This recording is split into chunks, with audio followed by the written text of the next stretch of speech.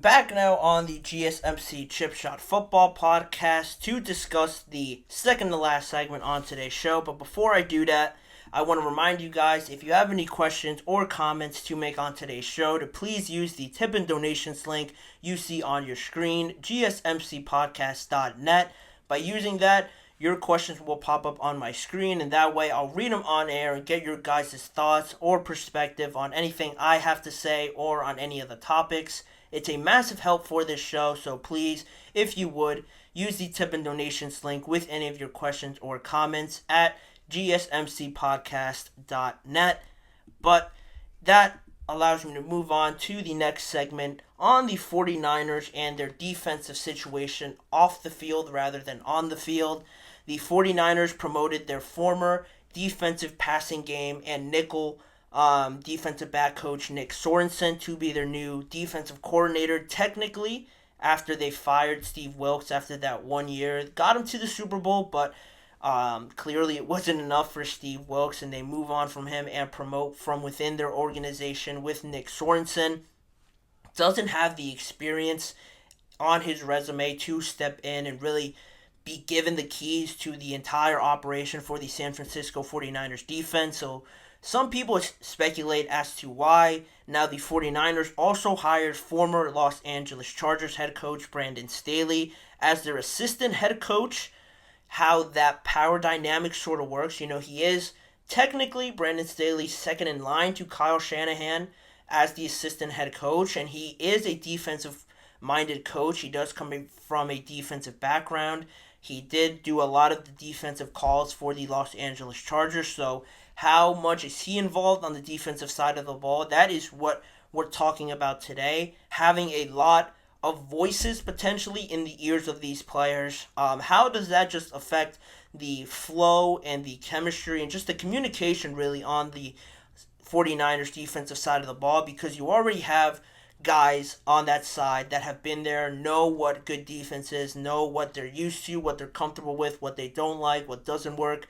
Guys like Fred Warner, Nick Bosa, Trevarius Ward, and guys like that, have been in this scheme for a while, and Nick Sorensen might be more equipped to fall in line with some of the norms that they're used to, but with Brandon Staley coming in, how much is he involved, because he just simply has more experience than Nick Sorensen and might be more qualified, I guess you could say, for just based on experience and having done it for more years than Nick Sorensen at the defensive coordinator position. How much does he try and implement into his defensive system here with the San Francisco 49ers? It is worth mentioning that Sorensen will be the 49ers' third defensive coordinator since Robert Saleh spent time with the organization as their DC from 2017 to 2020. Then obviously DeMeco Ryans took over for 2021 and 2022 before he became the Texans head coach, and then you had Steve Wilkes last year.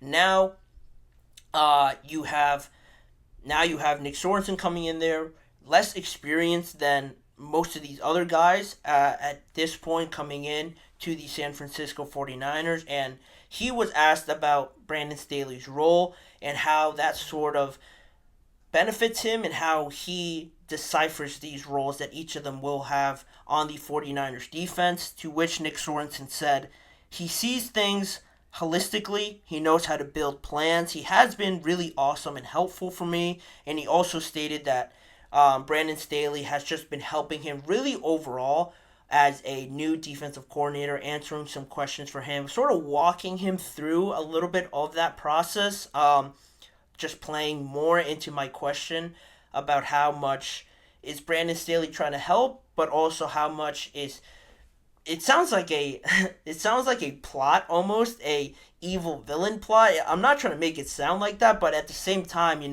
it might become inevitable for Brandon Staley at some point, because he has so much experience. Say things don't go well for Nick Sorensen, for the 49ers defense overall to start the year. Plus, they have some injured players not starting the year with them. Say it doesn't look great, and then you have more talks within the media, within the organization. Maybe Brandon Staley should get the defensive coordinator duties. He should be calling the plays, and that's sort of where I'm going with this. Worst case scenario, how loud does that noise become about people calling for Brandon Staley to call plays, even though he is the assistant head coach and Nick Sorensen is the defensive coordinator. How will that whole relationship work? Maybe fall apart if they don't come eye to eye on certain things.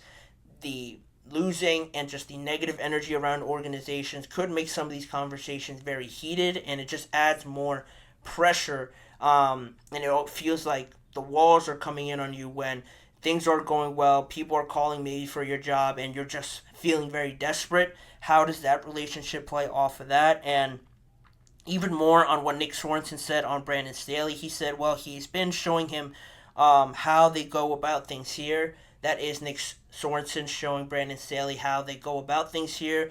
There is also an aspect where Brandon Staley is helping out Nick Sorensen just with everything at this point. Also, ESPN sources have said that Sorensen made just sense for Nick Sorensen to get promoted and be that new defensive coordinator just because of the familiarity there with, like I mentioned, some of the players that have been there already. Nick Sorensen had been on staff already as the nickel coach and as the defensive passing game coach as well. So it made sense from that standpoint, according to ESPN. But Brandon Staley will help with the leadership, mentor, advising with tweaks, and sort of overlooking everything.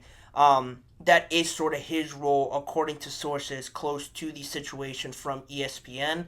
How that all works out to start the season and over the duration of the 2024 year will be interesting to monitor. It is certainly something that I think has merit to talk about, because I always think, and my logic just always is with having voices in your head, especially as a player, where you always hear people around the NFL, coaches, say that they want their players to just play off of instinct, not think too much. When you have maybe Brandon Staley overlooking things, tweaking some things like ESPN says, and then you have maybe Nick Sorensen, who is preaching things that you already know, allowing you to play freely, but with Brandon Staley trying to maybe tweak some things, it can get a bit confusing for players trying to get everything in line, under control, communicating it to their teammates with a very limited time clock to try and get that all in line. It could get a bit hectic, I could imagine, in whoever is calling the defensive plays. I'm sure it's Fred Warner.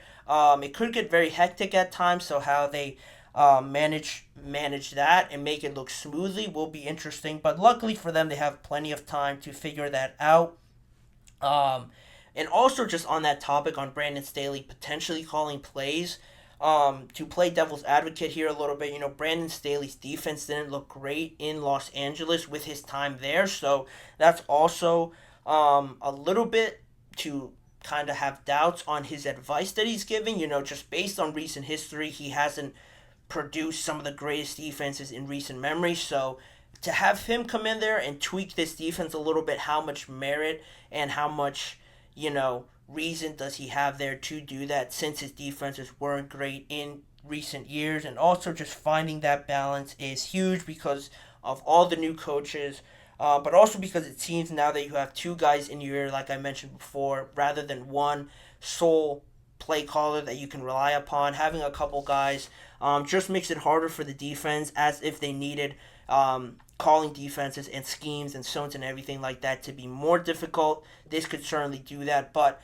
they have a lot of time, like I mentioned. It will be something I will keep an eye on, but for right now, we'll move on with the rest of the show. One more topic to talk about on today's show, on the Las Vegas Raiders, drafting Brock Bowers, and how does he really open up the offensive playbook for this Raiders team that doesn't really have a franchise quarterback at the moment. More on Brock Bowers and how the Raiders will plan to open up their offense in just a few seconds. You're listening to the GSMC Chip Shot Football Podcast.